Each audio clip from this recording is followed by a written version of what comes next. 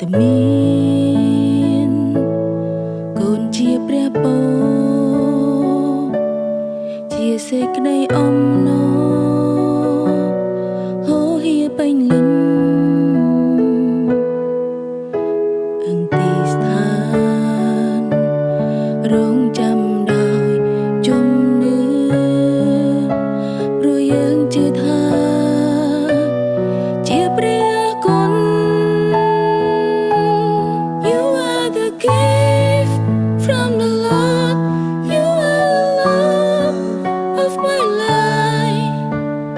កូនចូលមកបំពេញអត្ថន័យគ្រួសារមួយនេះ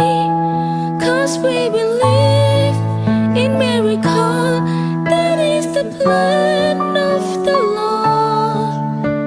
សេចក្តីសប្បុរសនៃទ្រង់រាសាសន្យា I love you ថ្ងៃមួយអ្វីផ្លាស់ប្ដូរតែមេឃផ្ដាំប្រែពណ៌ពីខ្មៅស្រអាប់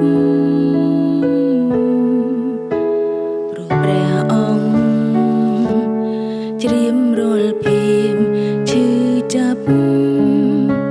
ដែលបានកប់ជ្រៅក្នុងដួងចិត្តបទមានកូនជាព្រះពរជាសេចក្តីអំណរហូរហៀពេញលេញអង្គទីស្ថានរងចាំដោយជំនឿព្រោះយើងជឿថាជាព្រះគុណ You are the gift from the Lord. You are the love of my life. កូនចូលមកបំពេញអត្ថន័យគ្រួសារមួយនេះ 'Cause we believe in miracle. That is the plan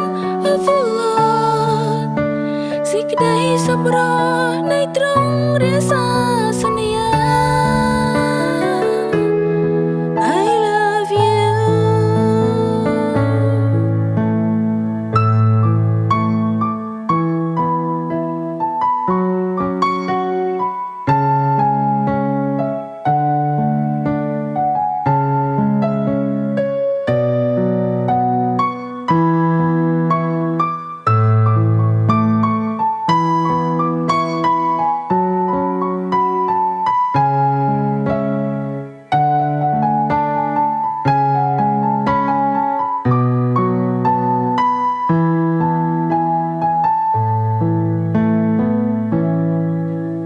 សំឡេង